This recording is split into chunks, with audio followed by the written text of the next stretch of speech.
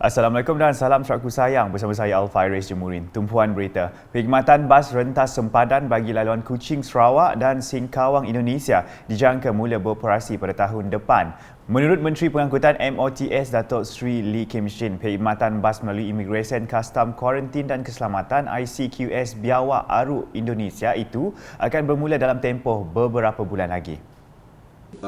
Untuk melancarkannya berapa trip, ada suatu tujuan. Nanti mereka akan mohon dapat permit daripada LPKP, kedua-dua pihak. LPKP, syarikat bas kita akan memohon kepada pihak Indonesia juga, kepada Kalimantan juga. Dan syarikat bas Indonesia akan memohon permit untuk masuk ke Sarawak daripada LPKP. Kuching. Ini proses inilah kita akan adakan.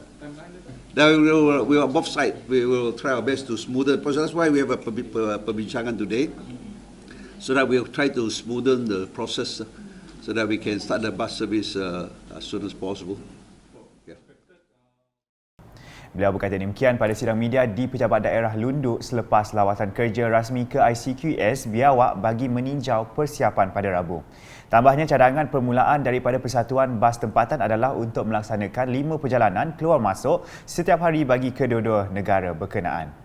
Mengenai lawatan tersebut, Datuk Seri Lee berkata ia bagi memastikan persiapan untuk perkhidmatan laluan tersebut berjalan lancar dan teratur apabila dibuka kelak, sama seperti laluan Kuching Pontianak yang sudah beroperasi beberapa bulan yang lalu. Laluan tersebut juga membolehkan orang ramai pergi ke 3 bandar raya di Indonesia iaitu termasuk Singkawang, Pontianak dan Sambas berbanding melalui ICQS Terbeduk yang hanya melalui Pontianak dan Sangau. Dalam perkembangan berkaitan, AirAsia telah mengumumkan perembangan tambahan istimewa pada tambang rendah tetap sempena sambutan Tahun Baharu Cina antara Semenanjung dan Sabah serta Sarawak dari 17 hingga 30 Januari 2023. Menteri Pengangkutan Malaysia Anthony Locke berkata kementeriannya menggalakkan syarikat penerbangan lain untuk turut melancarkan inisiatif yang sama atau lain yang boleh mengurangkan tambang penerbangan terutamanya semasa musim perayaan. Dipetik dari kenyataan media AirAsia pada Rabu, beliau berkata pihaknya berbesar hati kerana AirAsia terus komited untuk menyokong inisiatif kerajaan menurunkan tambang penerbangan semasa musim perayaan meskipun terdapat kekangan operasi. Ujar beliau, walaupun AirAsia tidak dapat meningkatkan lebih kekerapan penerbangan kerana kekurangan pesawat seperti apa yang dialami oleh semua syarikat penerbangan, beliau memuji kerja keras mereka untuk menambah penerbangan tambahan istimewa pada tambang rendah tetap untuk menghubungkan keluarga terutamanya dari dan ke Sabah dan Sarawak. Sementara itu, Ketua Pegawai Eksekutif Kumpulan AirAsia Aviation Group Limited Bo Linggam memberitahu sebanyak 25,020 tempat duduk tambahan ke dan dari destinasi terpilih di Sabah dan Sarawak tersedia untuk tempahan bagi tempoh perayaan akan datang. Para tetamu yang mahu melakukan penerbangan dari Kuala Lumpur ke Kuching, Sibu, Bintulu dan Miri serta dari Johor Bahru ke Kuching, Sibu dan Miri pada hanya RM199 sahaja dan dari Kuala Lumpur ke Kota Kinabalu dan Tawau serta Johor Bahru ke Kota Kinabalu pada hanya RM249 sehala. Paparan seterusnya, kerjasama erat di antara pihak korporat dan swasta, pertubuhan bukan kerajaan NGO dengan kerajaan sangat penting bagi bersama-sama memainkan peranan dalam pembangunan negeri dan negara. Menurut Ahli Parlimen Batang Sadong, Rodiah Sapii, pihak korporat atau swasta tidak hanya melaksanakan tanggungjawab sosial korporat CSR sebagai memenuhi keperluan polisi sama ada polisi syarikat ataupun polisi kerajaan, tetapi lebih kepada kesedaran untuk memenuhi tanggungjawab sosial. Jelasnya, konsep tanggungjawab sosial korporat yang mengetengahkan idea perniagaan adalah perkhidmatan. Beliau berkata demikian semasa berucap di Majlis Penyerahan Alat-alat Pemadam Kebakaran di Dewan Masyarakat Gedong pada Selasa. Program tersebut adalah anjuran bersama syarikat Sarania Holdings Sendirian Berhad dengan kerjasama PBB Cawangan Gedong. Tambah Rodiah, penganjuran program seperti ini jelas menunjukkan keprihatinan syarikat tersebut terhadap keselamatan dan kebajikan masyarakat keseluruhannya. Sementara itu, Rodiah menyambut baik inisiatif dilaksanakan syarikat Saranio Holdings Sendirian Berhad dengan menyumbang sebanyak 72 alat-alat pemadam api kepada bangunan-bangunan yang berisiko kebakaran. Menurutnya, sumbangan tersebut akan diagihkan kepada masjid, surau, anjung usahawan Gedong, food court Gedong, Sekolah Menengah Kebangsaan SMK Gedong, Sekolah Kebangsaan SK Abang Kadir Gedong dan beberapa bangunan yang lain. Memuji inisiatif Murni berkenaan, jelasnya ia merupakan keperluan penting sekiranya berlaku kebakaran di bangunan yang mana sedikit sebanyak membantu dalam memadam atau mengawal kebakaran kecil dan secara tidak langsung mencegah daripada kehilangan nyawa serta harta benda.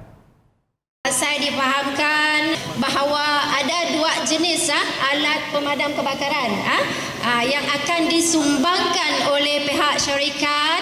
Kami sebut nama pendeknya diberi di pada sidak JE50, betul dengan K180 Sekurang-kurangnya kita semua faham macam ni cara nak madam. Sekurangnya basicnya, asasnya kita tahu macam ni cara nak menggunakan alat pemadam api. Sekiranya berlaku kebakaran di tempat awam pada peringkat awal, JKK ataupun orang yang bertanggungjawab ataupun orang kampung yang boleh menolong sebelum api menjadi besar, dan sementaranya nunggu pihak bomba datang dah boleh dipadamkan sementaranya masih kecil.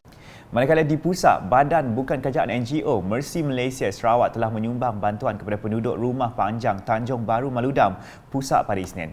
Bantuan berupa keperluan bayi dan kanak-kanak itu disalurkan kepada penduduk yang terjejas akibat banjir. Mercy Malaysia Sarawak berharap bantuan dapat meringankan beban penduduk di kawasan itu yang diuji dengan musibah banjir. Menurut NGO itu lagi, pihaknya juga bersedia untuk memberi sumbangan kepada pihak yang memerlukan. Dalam masa sama, pihaknya turut mengucapkan terima kasih kepada Jabatan Pertahanan Awam Malaysia JPAM bahagian Betong kerana dapat bersama menghantar bantuan tersebut kepada yang memerlukan. Ke perkembangan sukan, pasukan pencak silat Sarawak meraih 8 pingat dalam kejuaraan silat kebangsaan yang berlangsung di Kompleks Sukan EduCity Johor Bahru pada 19 hingga 23 Disember lepas. Kejuaraan edisi ke-20 yang diadakan selama 5 hari itu menyaksikan 2 atlet merangkul pingat emas, 2 perak dan 4 gangsa. Menurut pengurus pasukannya, Jordan Iskandar Syamsuddin, pingat emas berjaya dimenangi Muhammad Amizul Azmi dan Zulaika Razaman menerusi kategori tanding kelas A, Putra dan C, Putri. Katanya kejayaan membanggakan itu secara tidak langsung memberi peluang kepada kedua-dua atlet berkenaan diserap masuk ke dalam pasukan kebangsaan. Sementara itu, tambah beliau, pingat perak dimenangi Muhammad Azri Tiong menerusi kategori bebas 1 putra dan Nazrin Shah, bebas 2 putra. Bagi pingat gangsa pula telah diraih Zurin Zulaika dan Muhammad Syamizal menerusi kategori tunggal putri dan solo kreatif, manakala Muhammad Hisham dan Ravina Gino dalam kategori tanding kelas J putra dan kelas E putri. Sekian edisi 3 hari bersama saya Al-Faiz Jumurid. Berita lebih lanjut boleh didapati di semua platform media sosial UKAS termasuk portal ukas.sarawak.gov.my dan UKAS Channel di YouTube. #Meja Berfakta. Salam UKAS.